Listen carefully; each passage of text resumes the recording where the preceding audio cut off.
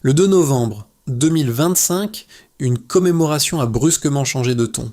Au lieu d'un hommage routinier, la journée s'est transformée en signal de rupture sociale, quand la violence faite aux femmes a été nommée comme une réalité structurante et non comme un fait divers. Que se passe-t-il pour un pays quand Ibrahim Traoré impose ce sujet au centre du débat public? Et surtout, qui osera refermer la brèche? Ce qui est en jeu dépasse largement un discours ou une date symbolique. L'enjeu central est simple: comprendre comment une parole présidentielle peut modifier des priorités sociales longtemps figées et créer un déplacement durable des normes collectives. Dans le cas du Burkina Faso, la promesse implicite est double: reconnaître des violences structurelles tout en testant la capacité réelle de la société à absorber un changement aussi frontal. Cette séquence engage des risques clairs. Elle expose le pouvoir politique à des résistances culturelles profondes, à des incompréhensions locales et à une polarisation entre réforme sociale et préservation des traditions. Mais elle ouvre aussi une fenêtre rare, celle où des sujets jusque-là confinés au silence deviennent discutables publiquement. L'intérêt pour le lecteur n'est pas seulement d'observer un moment politique, mais d'identifier les mécanismes précis par lesquels une société commence à se réorganiser autour de nouvelles priorités. Ce texte promet d'analyser ces mécanismes, leurs limites et leurs effets concrets, sans amplification artificielle ni jugement normatif, en s'appuyant exclusivement sur les faits exposés dans le discours et ses premières de répercussions. En moins de 24 heures, un signal inédit est apparu. Les radios régionales ont bouleversé leur programmation pour diffuser en continu des extraits du discours présidentiel. Ce basculement médiatique, rare au Burkina Faso sur des questions sociales sensibles, indique que la prise de parole d'Ibrahim Traoré n'a pas été perçue comme un message ordinaire, mais comme un déclencheur. Le contexte dans lequel intervient ce discours est essentiel pour en mesurer la portée. Le 2 novembre est traditionnellement une journée de commémoration, ritualisée et peu propice aux remises en cause frontales. En choisissant ce cadre, Ibrahim Traoré a superposé mémoire nationale et urgence sociale, en la créant une tension volontaire entre respect du passé et nécessité de transformation. Cette superposition explique en partie la rapidité de la réaction collective. Le sujet central, la dénonciation des violences faites aux femmes, n'était pas nouveau en soi, mais il restait largement marginalisé dans l'espace public. Les mécanismes évoqués, tradition, éducation inégalitaire, dépendance économique, étaient connus de manière diffuse, rarement articulés au plus haut niveau de l'État. Le discours a opéré une synthèse claire. Il a nommé les violences, puis les structures dès qu'ils les entretiennent. Cette clarté a ouvert un espace inattendu. Dans les heures et les jours suivants, des cercles de parole sont apparus dans des lycées, notamment à Waïgouya, tandis que des associations locales relayaient le message dans des villages du Sahel. Ces initiatives ne relèvent pas encore de politique publique, mais elles signalent une disponibilité sociale nouvelle. Le mini-révélateur n'est donc pas la promesse de réformes immédiates, mais l'émergence visible d'une conscience collective en mouvement. La question n'est plus de savoir si un problème existe, mais jusqu'où cette reconnaissance peut se traduire en transformation durable sous l'impulsion d'Ibrahim Traoré. La figure qui émerge derrière ce moment n'est pas celle d'un dirigeant cherchant un effet de tribune. Ibrahim Traoré apparaît ici comme un acteur politique façonné par une trajectoire atypique où l'expérience militaire et la proximité avec les réalités quotidiennes ont construit une autorité moins institutionnelle que relationnelle. Cette posture explique en partie pourquoi sa parole a circulé rapidement, sans médiation excessive. Contrairement au discours formel souvent perçu comme distant, l'intervention du 2 novembre a été comprise comme une interpellation directe. Elle ne s'appuyait pas sur des slogans, mais sur une reconnaissance explicite de souffrances vécues, longtemps reléguées à la sphère privée. Cette reconnaissance a produit un premier effet mesurable, la légitimité soudaine de la parole sociale. Les impacts précoces ne se situent pas encore au niveau des lois ou des institutions, mais dans les comportements. Dans les établissements scolaires, des enseignants ont laissé place à des échanges ouverts. Dans certaines communautés rurales, des réunions informelles ont permis d'aborder des sujets auparavant évités. Ces micro-déplacements ne constituent pas des ruptures définitives, mais ils modifient les cadres de discussion. Mais le rôle du président dans cette phase initiale n'est pas celui d'un architecte de solutions détaillées, mais celui d'un déclencheur. En ouvrant un espace de dialogue, il a déplacé la frontière du disciple. C'est précisément dans ce déplacement que réside l'enjeu immédiat. Une société peut-elle commencer à changer avant même que les réformes ne soient pleinement formulées ? Dès la fin du discours, le processus s'active. Avant le 2 novembre 2025, les violences faites aux femmes restaient majoritairement cantonnées aux rapports associatifs et aux conversations privées. Après cette date, le sujet bascule dans l'espace public national, porté par une parole présidentielle assumée. Cette transition marque le premier seuil. Ce qui était toléré par le silence devient politiquement nommé. Le point de tension se situe dans les heures qui suivent. Les radios régionales interrompent leurs programmes habituels pour diffuser des extraits du discours, parfois en boucle. Ce choix éditorial, inhabituel dans un pays où les médias locaux évitent traditionnellement les sujets socialement sensibles, agit comme un amplificateur. La parole d'Ibrahim Traoré cesse d'être un événement ponctuel pour devenir une référence partagée, reprise, commentée, discutée. Puis vient le pic social. Dans les lycées, des cercles de parole se forment spontanément. Des jeunes filles prennent la parole publiquement, souvent pour la première fois, dans un cadre éducatif. Ces échanges ne sont ni structurés, ni encadrés par des directives officielles, mais ils révèlent une disponibilité latente. Le discours a servi de permission symbolique, parler n'est plus transgressif. Parallèlement, dans plusieurs villages du Sahel, des associations locales relaient les propos présidentiels lors de réunions communautaires. Là encore, le phénomène est inédit. Les discussions portent moins sur la politique nationale que sur les réalités quotidiennes. Mariage précoce, violence domestique, accès à l'éducation. Le discours agit comme un point d'entrée, non comme une solution clé en main. Très vite, des répliques apparaissent. Certaines autorités traditionnelles et religieuses expriment leur malaise, craignant une remise en cause des équilibres sociaux établis. Ces réactions ne sont pas homogènes, mais elles signalent une ligne de fracture claire entre modernisation sociale et préservation des normes ancestrales. Le débat, jusque-là évité, devient visible. C'est à ce stade que le processus change de nature. Il ne s'agit plus seulement d'une réaction émotionnelle à un discours, mais d'un enchaînement d'événements où chaque prise de position appelle une réponse. Le gouvernement annonce alors des mesures initiales, notamment la création d'une commission nationale dédiée à la lutte contre les violences faites aux femmes. Ce geste institutionnel marque la transition entre parole et action. La dynamique enclenchée par Ibrahim Traoré ne se stabilise pas encore, mais elle ne se dissipe pas non plus. Elle laisse derrière elle un paysage modifié. Des sujets autrefois tabous sont désormais discutés, des résistances se structurent et les attentes sociales commencent à se reformuler. Le cœur de la question devient alors évident: comment transformer cette onde de choc en trajectoire durable ? Avant le 2 novembre 2025, les politiques publiques évoquaient les inégalités de genre sans indicateur visible pour le grand public. Après l'impulsion donnée, des écarts mesurables commencent à apparaître dans l'éducation, la santé et l'emploi féminin.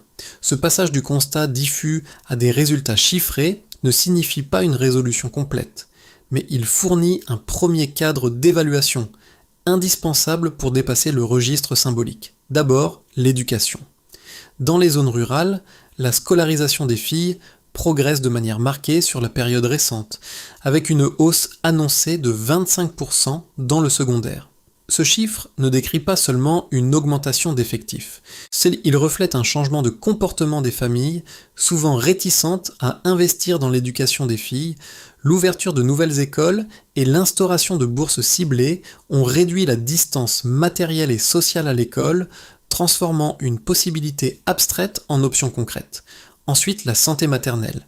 La mortalité liée à la grossesse et à l'accouchement recule de 18%, un delta significatif dans un pays où l'accès aux soins prénatals était historiquement inégal. Ce résultat est associé au renforcement des centres de santé et à la formation de sages-femmes locales. Ici encore, le chiffre synthétise une réalité quotidienne. Des consultations plus régulières, une prise en charge plus précoce et une diminution des complications évitables. Enfin, l'autonomisation économique. Plus de 50 000 femmes accèdent à un emploi dans les filières de transformation agricole, notamment le coton et la noix de cajou. Ce volume marque un seuil symbolique car il installe l'emploi féminin comme un facteur structurant de l'économie locale. L'effet ne se limite pas aux revenus individuels, ces ressources sont réinvesties dans la scolarisation des enfants, la santé et l'amélioration des conditions de vie, créant une dynamique cumulative. Ces chiffres doivent être lus avec prudence. Ils ne couvrent pas l'ensemble du territoire ni toutes les catégories sociales. Ils ne disent rien non plus de la qualité à long terme des emplois ou de la pérennité des infrastructures. Mais ils permettent une chose essentielle: situer le débat sur un terrain vérifiable. Dans cette séquence, Ibrahim Traoré n'apparaît pas comme le garant de résultats définitifs, mais comme l'initiateur d'un changement de métrique. Les réformes ne sont plus seulement jugées à l'intention, mais à l'écart entre un avant et un après. La question suivante devient alors inévitable. Ces premiers deltas résisteront-ils aux résistances sociales et aux contraintes structurelles qui persistent ? Les critiques les plus structurées des réformes engagées se regroupent autour de deux arguments principaux. D'abord, certains estiment que la rapidité du changement social risque de fragiliser des équilibres communautaires déjà précaires. Selon cette lecture, aborder frontalement la question des violences faites aux femmes sans transition progressive pourrait accentuer les tensions entre générations, entre zones urbaines et rurales, et entre autorités civiles et religieuses.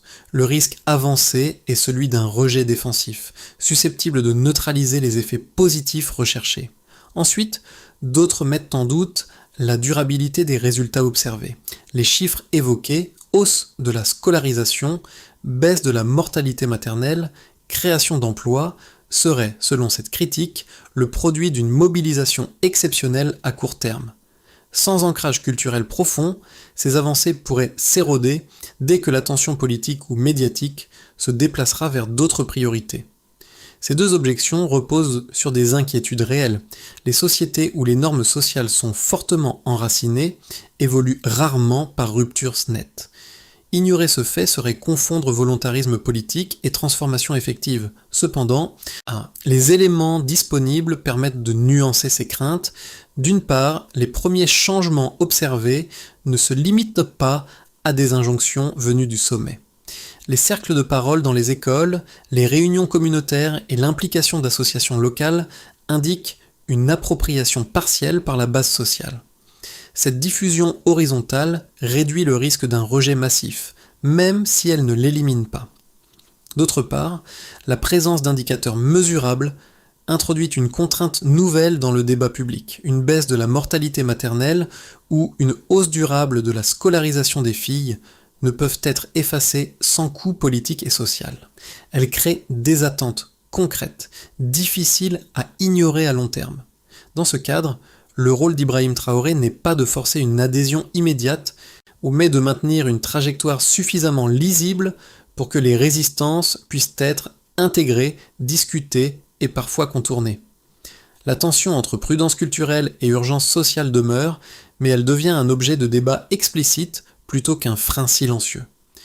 Ce point médian ne tient pas à une nouvelle annonce gouvernementale, mais à un déplacement plus subtil. Jusqu'ici, la discussion portait sur la légitimité du discours et sur l'ampleur des résistances culturelles. Désormais, la question dominante devient celle de la continuité. Comment maintenir ouvert un espace de parole sans le refermer par des réponses prématurées ? Ce basculement est visible dans la nature des échanges publics. Les réactions ne se limitent plus à approuver ou à rejeter la prise de position présidentielle.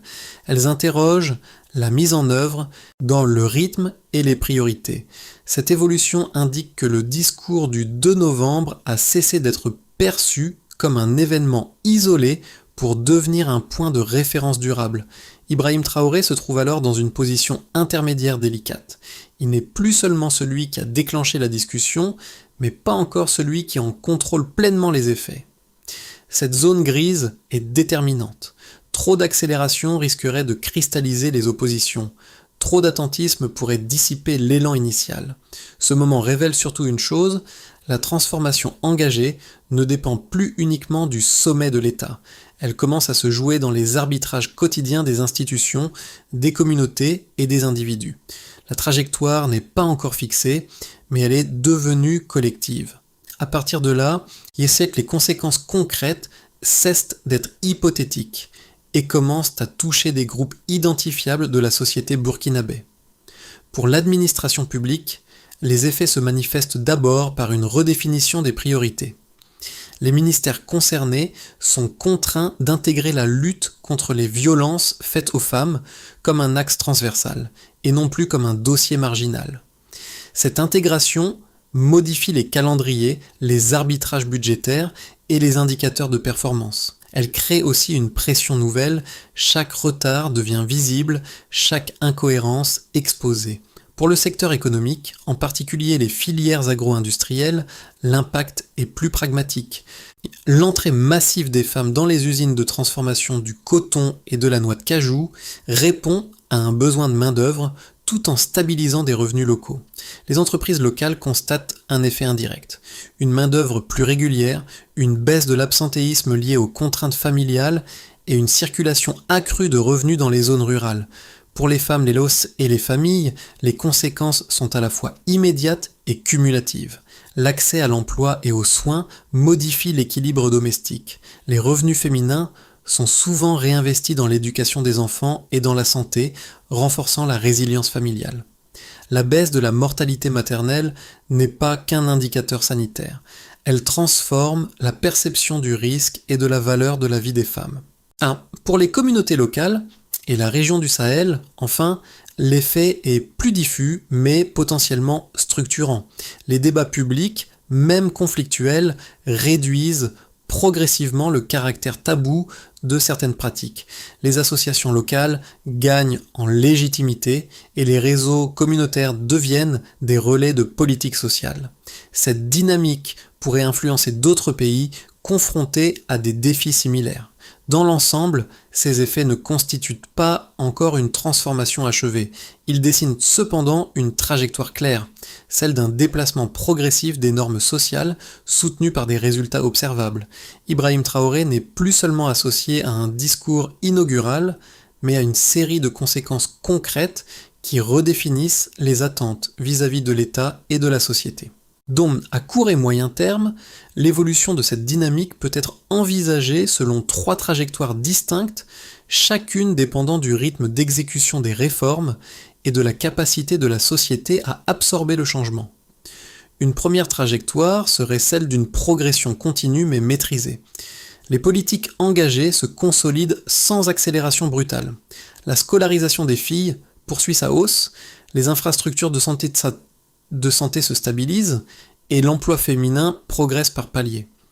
Dans cette hypothèse, les résistances culturelles persistent, mais elles sont contenues par des résultats tangibles. Le changement devient graduel, moins spectaculaire, mais plus durable. Une deuxième trajectoire, plus optimiste, reposerait sur une accélération coordonnée. Les institutions éducatives et sanitaires gagnent en capacité, les associations locales sont davantage intégrées aux politiques publiques et les indicateurs sociaux s'améliorent plus rapidement. Cette trajectoire renforcerait la crédibilité de l'action publique et pourrait positionner le Burkina Faso comme un référent régional en matière de transformation sociale.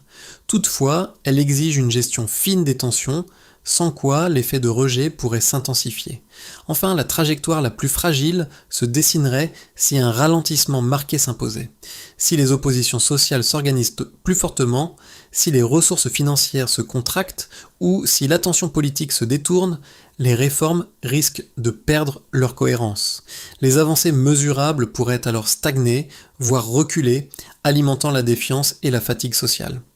Ce scénario n'annule pas les changements déjà opérés, mais il en limite fortement la portée. Dans les 3 cas, une leçon commune se dégage. La réussite ne dépend pas uniquement du volontarisme initial, mais de la capacité à maintenir des repères clairs, des objectifs mesurables et un dialogue constant avec les acteurs concernés. Sous l'impulsion d'Ibrahim Traoré, la question centrale n'est plus de savoir si le changement est possible, mais comment en maîtriser le tempo pour éviter qu'il ne se retourne contre lui-même. Au-delà des institutions et des indicateurs nationaux, les transformations décrites touchent des groupes précis dont les choix quotidiens deviennent décisifs. Pour les enseignants et les personnels éducatifs, l'enjeu immédiat est de traduire l'ouverture du débat en pratiques pédagogiques durables. Laisser émerger la parole ne suffit pas. Il faut créer des cadres où elle peut se structurer sans exposer les élèves à des pressions sociales ou familiales excessives. Pour les professionnels de santé, en particulier dans les zones rurales, l'impact se mesure dans l'organisation du travail. L'augmentation de la fréquentation des services prénatals exige une continuité des soins, des ressources humaines formées et une confiance maintenue entre patientes et institutions. Chaque rupture de service fragilise les gains observés et alimente le scepticisme. Pour les acteurs économiques locaux, l'intégration accrue des femmes dans l'emploi pose des questions concrètes de conditions de travail, de stabilité des revenus et de conciliation avec les responsabilités familiales. Car les bénéfices d'un mets économique ne deviennent durables que s'ils s'accompagnent d'un environnement protecteur et prévisible. Enfin, pour les citoyens ordinaires, l'effet le plus direct est souvent invisible mais réel, la normalisation progressive de sujets autrefois évités. Les discussions au sein des familles, des quartiers et des villages modifient les attentes et redéfinissent ce qui est acceptable. Ce déplacement des normes sociales ne se décrète pas, il se construit par accumulation de décisions individuelles. Ce niveau intermédiaire est crucial. Il conditionne la capacité des réformes à s'ancrer dans le réel, au-delà des annonces et des bilans chiffrés. C'est ici que se joue la différence entre une transformation perçue comme imposée et une évolution progressivement appropriée par la société elle-même. La phase suivante ne repose plus sur des intentions générales, mais sur une séquence d'actions lisibles capable de transformer l'élan initial en trajectoire structurée. D'abord, il s'agit de consolider les dispositifs existants. Les commissions et programmes lancés doivent être dotés de mandats clairs, de calendriers précis et d'indicateurs publics afin d'éviter la dispersion et l'effet d'annonce. Cette clarification institutionnelle conditionne la crédibilité de l'ensemble du processus. Ensuite vient la coordination. Les ministères de l'Éducation, de la Santé et de l'Action sociale doivent agir de manière synchronisée en partageant données et priorités. Sans cette articulation, les progrès observés risquent de rester sectoriels et fragiles. Également, la mise en commun des informations permet aussi d'identifier rapidement les zones de blocage. Puis, l'enjeu est d'engager pleinement les acteurs locaux. Les associations communautaires, les responsables éducatifs et les relais sanitaires jouent un rôle clé dans l'adaptation des politiques aux réalités du terrain. Leur implication formelle, par des partenariats et des mécanismes de suivi, réduit l'écart entre décision centrale et application locale. Enfin, l'évaluation doit devenir une routine. Les indicateurs existants doivent être suivis dans le temps, avec des points d'étape réguliers. Cette transparence crée une pression constructive tout en offrant la possibilité d'ajuster les mesures lorsque les résultats s'essoufflent. Dans cette feuille de route, Ibrahim Traoré n'apparaît pas comme l'unique exécutant. C'est mais comme le garant d'une méthode. La durabilité des réformes dépend moins de gestes spectaculaires que de la capacité à maintenir un cap, à corriger les écarts et à inscrire l'égalité et la dignité dans les routines de l'action publique. Le fil qui relie l'ensemble de cette séquence ramène à un point précis, un moment où une parole a déplacé ce qui semblait immuable. Ce rappel n'est pas abstrait. Il renvoie aux scènes évoquées plus tôt, des salles de classe où la parole circule différemment, des centres de santé plus fréquentés, des ateliers où le travail féminin devient visible. Ces images forment désormais un motif récurrent, discret mais persistant. Ce motif rappelle que la transformation ne se mesure pas uniquement à l'échelle des décisions politiques, mais dans la répétition de gestes ordinaires qui changent de sens. En ce sens, Ibrahim Traoré reste associé à une rupture initiale. Mais la continuité du mouvement lui échappe déjà partiellement. Elle se joue dans la capacité collective à maintenir ouverts les espaces créés, même lorsque l'attention médiatique se déplace. La charge émotionnelle de cette séquence ne tient pas à un récit héroïque, mais à une bascule silencieuse. Ce qui était toléré par habitude commence à être interrogée par principe. Cette interrogation, encore fragile, constitue le véritable héritage du 2 novembre 2025. Une phrase s'impose alors comme point d'ancrage. Une société change moins par des promesses que par ce qu'elle accepte enfin de regarder en face. À ce stade, la trajectoire engagée ne demande pas une adhésion uniforme, mais une attention soutenue. Et les transformations décrites ne concernent pas uniquement le Burkina Faso. Elles interrogent plus largement la manière dont une société choisit de traiter ce qu'elle a longtemps relégué au silence.